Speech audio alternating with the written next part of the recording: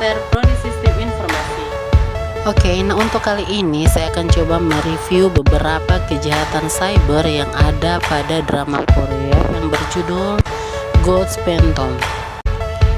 Untuk di episode pertama, yaitu ada beberapa kejahatan cyber yang saya temukan. Yang pertama adalah penyelidikan cyber, yaitu informasi yang dikumpulkan secara ilegal oleh metode ini dan dapat digunakan untuk kejahatan serius seperti penculikan identitas.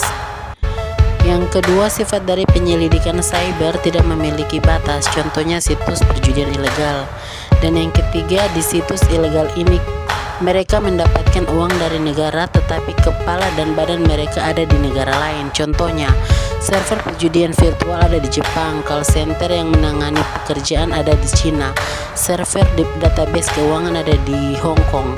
Dan yang keempat, paling efektif untuk menangkap kriminal seperti ini yang terorganisir dalam bentuk kelompok independen kecil adalah menangkap mereka di hari dan waktu yang sama sekaligus. Yang kelima, saat yang penting dalam penyelidikan cyber adalah sebelum penangkapan. Jika penjahat mematikan daya ke komputer atau kalau hardware utama rusak, maka semua bukti akan hilang. Episode 2 saya hanya mendapatkan satu metode yang ada pada komputer, yaitu metode steganografi adalah teknik untuk menyembunyikan informasi, biasanya foto dan lagu. Dan cara untuk mengembalikan metode tersebut agar terlihat kembali ke permukaan, yaitu dengan cara mengekstraknya kembali. Pada episode ketiga itu ada beberapa metode cybercrime yang saya dapat, yaitu yang pertama, website YouTube adalah website yang dari Amerika di mana kita bisa mendapatkan tanpa menggunakan nomor identitas. Dan yang kedua, USB adalah tempat sempurna untuk menyimpan rahasia. Yang ketiga adalah seorang hacker bisa menggunakan program scanning untuk menyerang hacker lain dengan cara mengirim kode penyerangan ke titik lemah. Dan yang keempat, hacker menggunakan remote control dan mengirim kode berbahaya sebagai file yang dilampirkan setiap hari. Jika orang mengklik file tersebut, kode berbahaya dan tersebar kemana-mana dan si hacker bisa mengontrol dari jarak jauh. Itulah kenapa jangan sembarang membuka email yang tidak dikenal. Pada episode 4 saya tidak menemukan kejahatan yang ada pada komputer. Episode 5 yaitu saya menemukan 3 kejahatan. Yang pertama, virus Stuxnet, yaitu virus yang melumpuhkan sistem SCAD di mana meliput khatulistiwa bekerja di air, gas, dan listrik. Virus ini bisa dipindahkan dengan menggunakan USB. Yang kedua, jika USB terhubung ke komputer maka virus akan ada di dalamnya. Dan yang ketiga, serangan DDoS atau Distributed Denial of Service adalah salah satu serangan server terhadap website.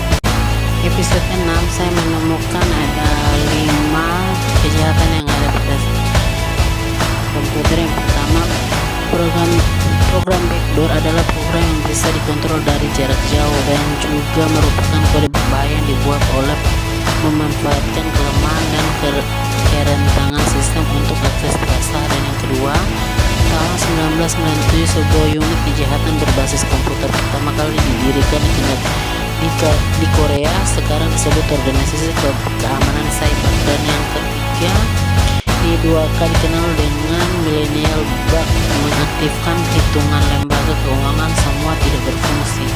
Dan yang keempat, virus CAI disebut juga virus Chernobyl, yaitu virus yang menghapus semua data di hard disk sehingga komputer menjadi tidak berguna. Dan yang kelima, SCADA adalah sistem kendali industri berbasis komputer yang dipakai untuk pengontrolan suatu proses. SCADA yang artinya Supervisory Control and Data Association. Untuk sambungan episode 6 itu adalah virus Melissa, yaitu virus yang mengirim soft file atau dokumen dari mailbox ke komputer. Untuk episode 7 saya akan menggunakan kejahatan cyber.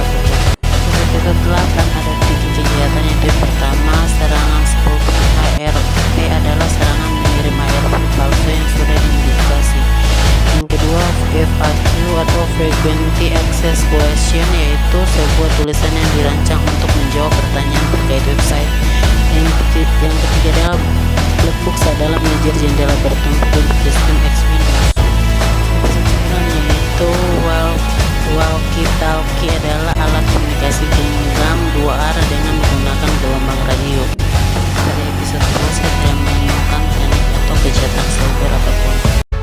Pada episode 11 yaitu bukti digital adalah bukti elektronik yang disimpan dalam bentuk digital. Contohnya laptop, flash disk, dan bisa dihapus, diubah dengan sekali enter atau klik. Sehingga peraturan nomor 1 penyelidik cyber adalah membuat hard copy dari drive asli.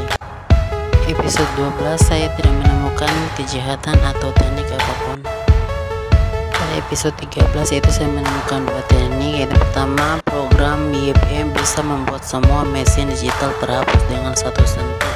Dan kedua yaitu keyloging adalah metode hacking untuk menangkap tanggal input dari keyboard. Episode 14 yaitu ada dua. Yang pertama, program vaksin Softetek adalah program hacking yang menyamar sebagai program vaksin. Dan yang kedua adalah program versi beta adalah program lebih baru dan eksperimental dari aplikasi yang sudah dirilis. Episode 15 ada dua. Yang pertama, penyadapan adalah kegiatan merekam, membelokkan, mengubah atau menghambat transmisi informasi elektronik menggunakan jaringan kabel atau jaringan kabel. Yang kedua, PC zombie adalah komputer yang sudah dihack dan tanpa sepengetahuan pengguna digunakan oleh hacker untuk berbagai spam atau DDoS.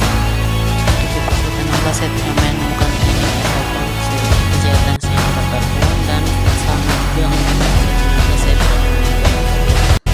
Untuk episode 18 yaitu program vaksin adalah pedang bermata dua karena program ini bisa mengontrol pengguna komputer. Yang kedua, server manajemen konfigurasi yaitu pusat dan informasi terkait sistem dan layanan IT yang ada dalam perusahaan maupun organisasi. Pada episode 19 dan episode 20 saya tidak menemukan teknik atau kejahatan cyber. Demikian itu review dari saya. Atas kekurangannya saya mohon maaf dan terima kasih atas partisipasinya. Wabillahi taufiq walhidayah. Wassalamualaikum warahmatullahi wabarakatuh. See you next time.